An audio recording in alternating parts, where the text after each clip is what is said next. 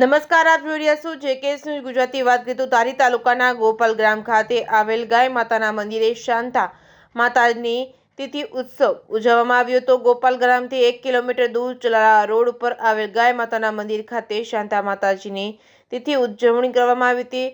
આજરોજ વહેલી સવારે યજ્ઞ તેમજ બટુક ભોજન, રાત્રે દરમિયાન સંતવાણીનું આયોજન કરવામાં આવ્યું હતું, જેમાં જિલ્લામાં એક ગાયનું માતાનું મંદિર આવેલ છે, ત્યારે સુરત અને અમદાવાદ સહિતના વ્યક્તિઓ દર્શન કરવા માટે આવતા હોય છે, ત્યારે તમામ વ્યક્તિઓને અહીં મનોકામના પૂર્ણ થતી હોય છે.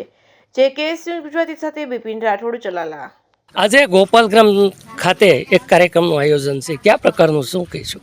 હવે આજે જે આ કાર્યક્રમ છે એ શ્રાવણી ગાય માતાજી શાંતામાળી એની 14મી તિથિ નિમિત્તે આજે ગોપાલગ્રામના આગેવાનો હરેશભાઈ વાળા, બાપભાઈ વાળા અને રાજ્યગુરુ પરિવાર નટુભાઈ અને ધીરુભાઈ બધા સુરતથી આવેલ છે. અને આ 14મી તિથિ નિમિત્તે જે હોળી ને ધૂળેટીના દિવસે માસીનું જે આપણે વિદાય થઈ અને ગામ આખું ગોપાલગ્રામ થઈને જે તે વખતે અહીંયા સપ્તાહ પણ થઈ છે. અને પ્રસાદી રૂપે 14મી તિથિ નિમિત્તે આજે પ્રસાદી, ગુંદી, ગાંઠિયા અને ચા પાણીની બધી વ્યવસ્થા કરેલ છે. અને સત્સંગમાં બૈરાઓ બધાએ બપોર પછી 3 થી 6નું ગોપાલગ્રામમાં સત્સંગનું આયોજન કર્યું છે અને સરસ મજાનું આયોજન છે.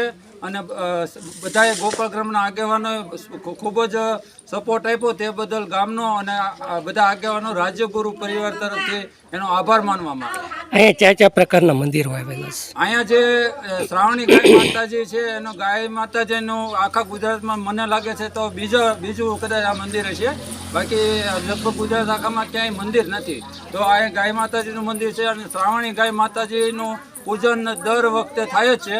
અને અહીંયા ઘણા વર્ષોથી સારામાં સારા કાર્યો થઈ રહ્યા છે, સત્સંગના નાનતે બધા. અને બીજા નંબરમાં અહીંયા શાંતામાળીનું પણ સમાધિ સ્થાન છે અને ભોળાનાથનું પણ છે.